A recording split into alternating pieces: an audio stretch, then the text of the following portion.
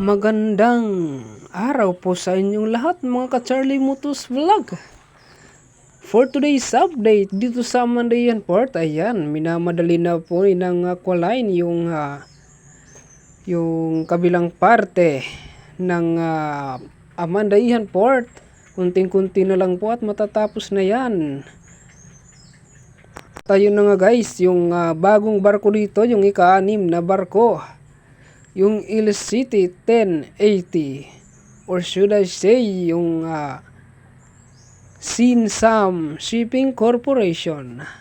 Andito na po sa Amandayan Port, dumaong na yung padaong pa lang po yung barko na yan. At samantala naman po dito sa mga porter ng Amandayan or yung tagahila ng lubid pagdadating ng barko, ayan, nagsaing po kami at meron pong kinilaw na bangus. Ayan. Ang sarap ng aming lunch kanina. Ayan no, kinilaw na bangus. Wow, sarap. Hindi na po umuwi ng bahay yung mga porter, kundi dyan na lang kumakain. At saka nagluto rin kami ng pakbet. Hinatukan with bulad. Alright, search nyo lang sa Tagalog kung ano yan. Kung sa Tagalog, ginataang pakbet na may tuyo. Alright. Ang sarap-sarap ng aming lunch kanina. Yan po yung buhay ng mga porter dito sa Amandayan Port. At saka, kain lang ng kain kahit wala pang sahod. Dumating yung sahod kanina, I mean po yung sahod nila is yung sasahurin nila mga 15 days na po mahigit, pero yung partial lang muna mga 6 days lang po. Pero po yung bawat araw nila, yung patak ng bawat araw is 500 per day. Ayan, pero processing na po yung kanilang sahod. At ayun na guys, kung makikita ninyo sa barkong Sinsam Shipping Corporation or LCT 8010, ayan po, inaanod na po siya ng dagat dahil mas malakas yung agos ng dagat ngayon. Ayan. Buti na lang hindi sumadsad at nagawa nito ng paraan ng pilot. At maya-maya lang po nakadaong na yan sa Amandayan Port. Ayan guys, so malapit na pong makadaong yung Sinsam Shipping Corporation. Yan po yung ika-5 barko. Pinakamalaking barko na dumaong dito. Yung karga po niyan kanina is mga 53 po ng mga sasakyan papuntang Tacloban Port. Dumating po yan dito mga pasado, malapit na pong mga launa ng hapon. Nakaalis po ito mga 3:30 siguro ng hapon.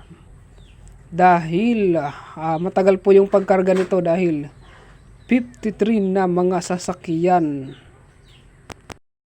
At ayun na nga no, mga ka-Charlie Mutus Vlog, balik tayo sa sahod ng mga porter o yung tagahila ng tali sa barko.